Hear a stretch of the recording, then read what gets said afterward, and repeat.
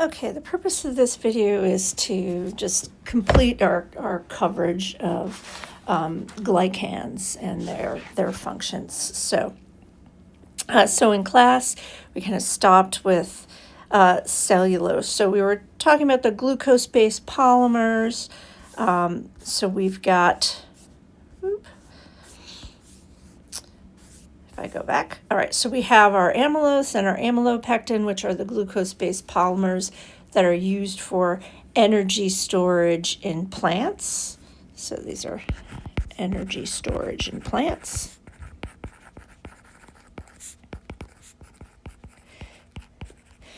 And then the structural polymer, so if I can go,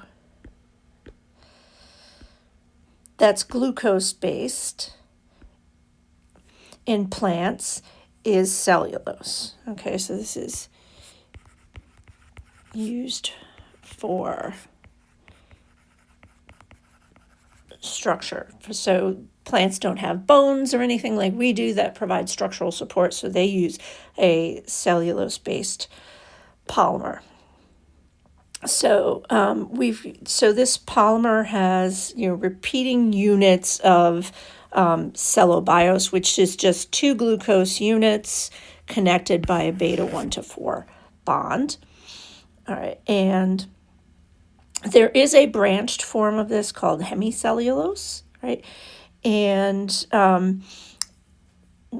this is not to be confused with amylopectin, which has the alpha 1 to 4 linkages. There's a beta 1 to 4 polymer called pectin that's more structural in nature. Okay, so chitin is a structural carbohydrate that's used by a variety of organisms. Okay, it's linear, which when we say something is linear, it means non-branched. Okay, and we have N-acetyl glucosamine hexosamine units. Okay, so instead of just plain glucose, you've got the N-acetyl group at carbon 2. And the linkage is beta 1 to 4. This is the same type of glycosidic bond as cellulose. Okay, so you can remember that all of our structural polymers have that beta linkage. Okay, so it's a component of exoskeletons in insects, crustaceans. It's used by mushrooms for structural support as well. Okay, so we're gonna skip the glycosaminoglycans here. All right, so comparing starch, okay, which is a glucose homopolymer, that just means only glucose units, right? So that's only glucose units.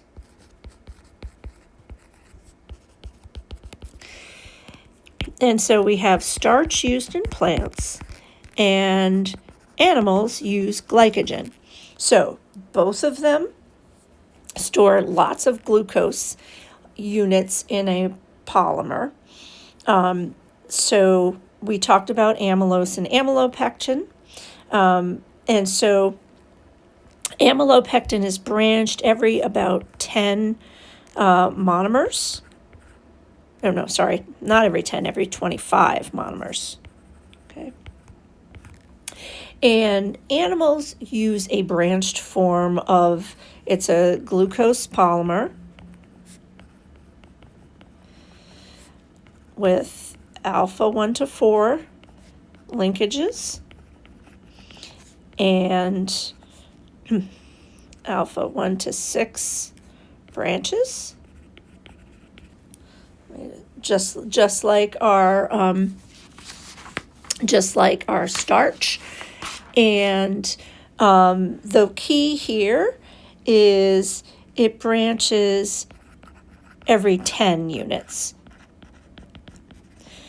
So the difference here, okay, with the branching is that you get more branching, right? Because it's here you've got to go 25 units. So 1, 2, 3, 4, 5, 6, 7, 8, 9, 10, 12, 13, 14, 15, 16.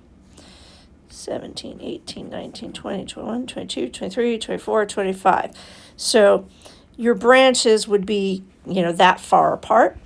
Here you've got every 10 units. So 1, 2, 3, 4, 5, 6, 7, 8, 9, 10. And so you'd have twice as much branching. 1, 2, 3, 4, 5, 6, 7, 8, 9, 10. 1, 2, 3, 4, 5. So 3, 4, 5. So you would have, kind of 3 branch points in the same space that you have 2 in the plant polymer. Okay, so more units of glucose are stored per molecule.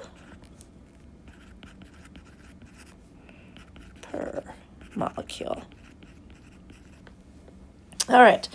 So the amylose and the glycan structures. So I mentioned to you that amylose forms this kind of helical structure, and the helix actually does have space, okay, in interior, unlike our alpha helices in proteins, okay, and so it can fit iodine in there, right? So that's our amylose, okay? Now, amylopectin does not have this helical structure because it has the branch points, right? Glycogen is the same as amylopectin, but it's got more frequent branching. Glycogen. So the differences from amylopectin, more frequent branches. And then, it also contains what's called glycogenin, which is a protein that's at the center of the glycogen complex. So that's this thing right here, okay? And so the branching is going to make this a very, the more glucose units you have, the more those hydroxyl groups, so more solubility.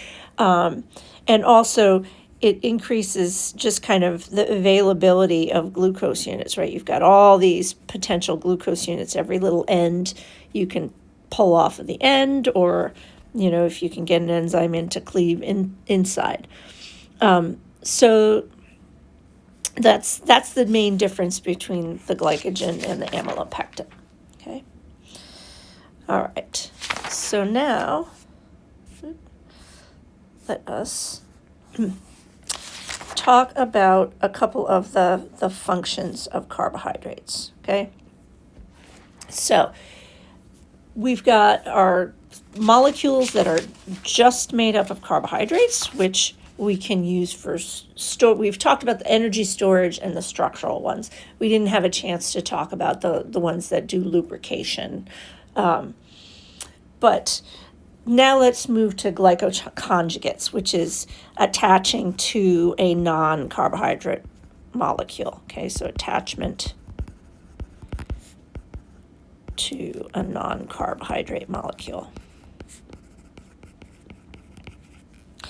So we have glycoproteins and proteoglycans. So the thing to know is the thing there's more of comes second in the name, okay? So a glycoprotein has mostly protein with a few sugars added, okay, with a small amount of sugars added. And then a proteoglycan it's a carbohydrate that has a little bit of protein, okay? So proteoglycans tend to be things found in the extracellular matrix. Glycoproteins can be found in lots of different places. The cell surface, in different membrane vesicles and things like that. Okay, so just to remind you that when we're looking at these things and we are describing a small carbohydrate structure on our glycoconjugate, we're going to use the symbols to communicate as a shorthand. So this is an example. Okay, so if I have a protein, okay, if I were to draw the complete structure of the glycan group out, this would be my full structure.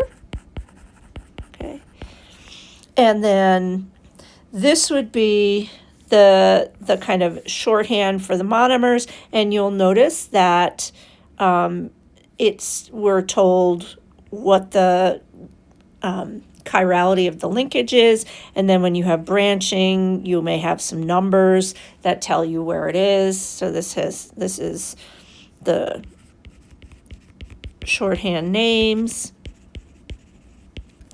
but it's a little harder to, again, for either this or this to get kind of to see the forest through the trees, to see the meaning. So it's much easier for us to use this symbolic representation here, right, where we're using the symbols. And you'll frequently in papers, you'll see if, so let's say this is a, whoopsie. Okay. Notice that, again, this was a 1 to 6 linkage here. So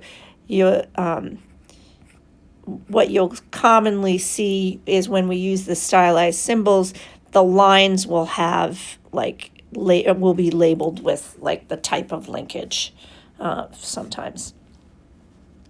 Okay, so the enzymes that will add these on are called glycosyl transferases. So, and I'm mentioning this because this is relevant in blood typing. Okay.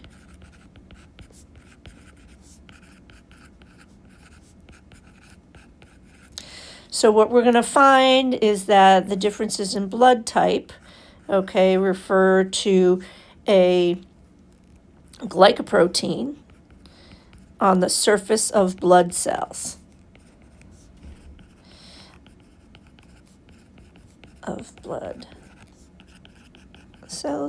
And then depending on which glycosyl transferases you have, that will tell you what blood type you have. So the enzymes that add glycan residues,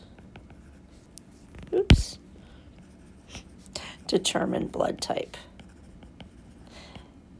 And so we'll come back to this in terms of how that works, right? So, but remember that you can link to your protein through a serine residue, maybe, where you have a hydroxyl group, or maybe you can have, so you get an O-link glycoprotein, or you might have like an asparagine where you're linking through a nitrogen, so you have an N-link glycoprotein. But so again, our proteoglycans, those are the ones that are carbohydrates that have a little bit of protein. These are going to be involved in signal transduction and in the extracellular matrix, like outside of cells. So this is my inside of my cell, and this is outside the cell. So there's a lot that goes on outside the cell, and a lot of it involves these complex mixtures of proteoglycans. So if you're a bacteria, you're going to have a cell wall that uses what's called a peptidoglycan. Okay, so remember the glycan part being second means it's mostly sugar, or mostly carbohydrate, let's call it. But there are some peptides, some amino acids that are going to help make this structure. Okay, so basically what you have is in bacterial cell wall, peptidoglycans are going to provide the structural support. So you have a carbohydrate, so that's your carbohydrate part shown as the hexagons, right? So that's the carb part. And then what you'll notice is we have two chains of carbohydrates here. And in our image here, they are linked by these little balls. What those are is those are small tetrapeptides. Okay. Oops. So they're small peptides linking the carbohydrate chains. Okay, and those so we have a peptide that's attached to the sugar, and then you have a linker. So my tetrapeptide is this thing right here that links the amino acids that are attached to the carbohydrate, and that's what makes up the cell wall. Now, this is also where you find D amino acids. So if you recall, I said that when we studied proteins, I said we use L amino acids to make our proteins, but bacterial cell walls will use some D amino acids. So they actually alternate D and L amino acids in that tetrapeptide. All right, so in terms of bacteria that can be pathogenic, all right, you can kind of divide them up into sort of two parts. So gram-positive bacteria tend to be the pathogenic ones, okay? Or most of our pathogenic bacteria will be gram-positive. And so they cause things like staph infections, strep throat, toxic shock syndrome.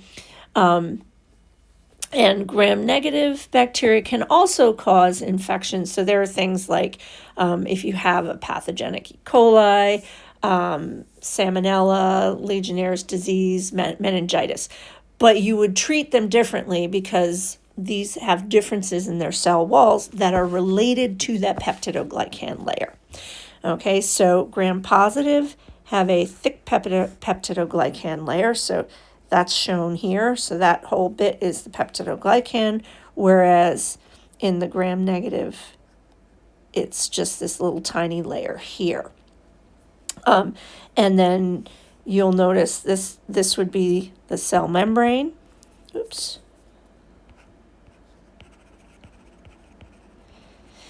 And so here's the cell membrane. This is my peptidoglycan.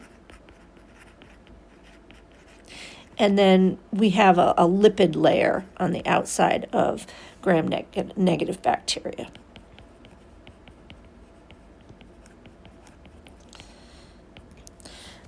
So, excuse me. So the difference between these two different types of bacteria is related to the construction of the supportive layer around the outside of the cell wall.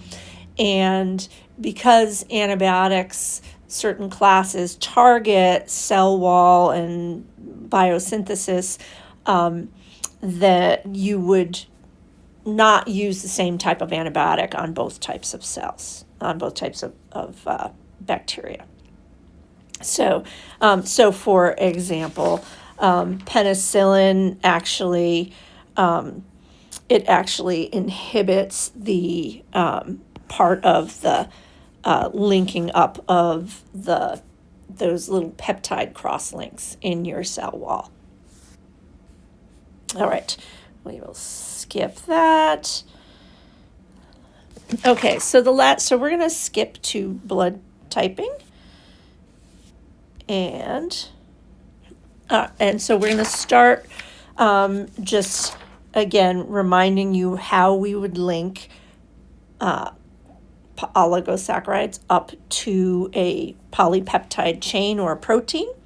And again, you can do it via a nitrogen atom. So you would do that maybe in asparagine or via the hydroxyl of a serine residue. So you could have N-linked or O-linked oligosaccharides. And then, once you've got your thing attached to your protein, you can have, as seen here, you can have different types of units on there. So again, the typical amino acids that you're going to see carbohydrates linked up to would be your serine or your threonine that have those hydroxyls, or your asparagine residue that would give you an N-linked. So, blood groups. So the difference between A, B, and O blood groups are the oligosaccharide that's attached to a protein that's on the surface of red blood cells. Okay, so this is a glycoconjugate on the surface of red blood cells. Okay, and one of the things you might notice, okay, is that there is this oligosaccharide that is shown in the box. Okay, so everyone's blood will have this cell surface glycoprotein on it. All right, but people who have type A blood have an enzyme that adds an additional unit on, and people who have type B blood have the glycosyltransferase that adds a different monomer in that position. Okay, and people who have type AB blood have both enzymes, and people who have type O blood don't have any of these enzymes. Okay, so if you have different blood types, it means that you either have or don't have an enzyme that adds that sugar onto the end. Okay, so this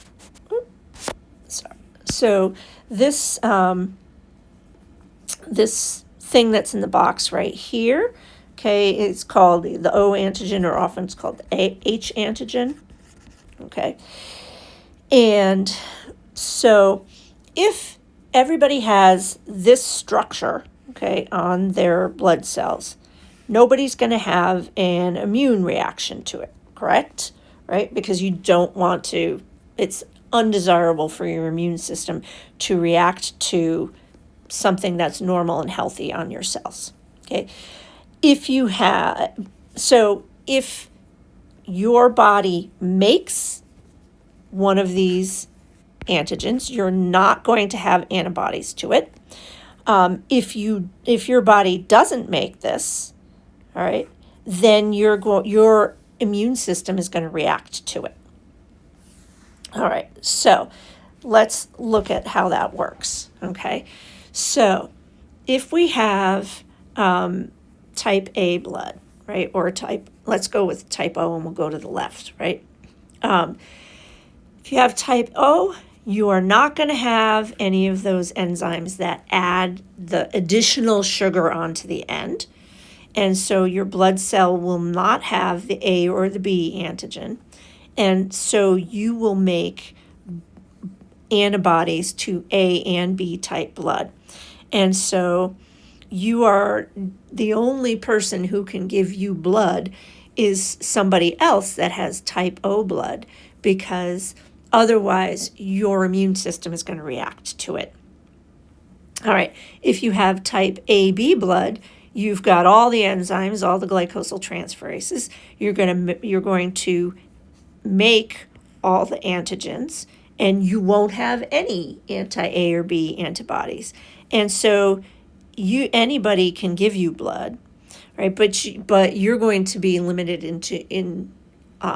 as to who you could donate blood to, because you're only going to be able to give blood to people who have type AB blood, whereas somebody with type O blood, because their cells don't present any antigens, they're like a universal donor. They can give blood to anybody, and they won't have an immune reaction to it.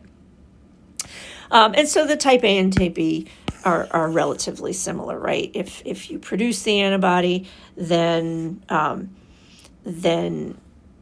your blood is going to attack any blood that has the antigen that you don't possess on the surface of your cell. And again, that antigen, it just differs in what is at the very end, okay, of this carbohydrate. It's just a single monosaccharide that's added onto the O antigen. Okay, so that's it for the chapter on carbohydrates. I'll make a separate video that covers the answers to the practice problems.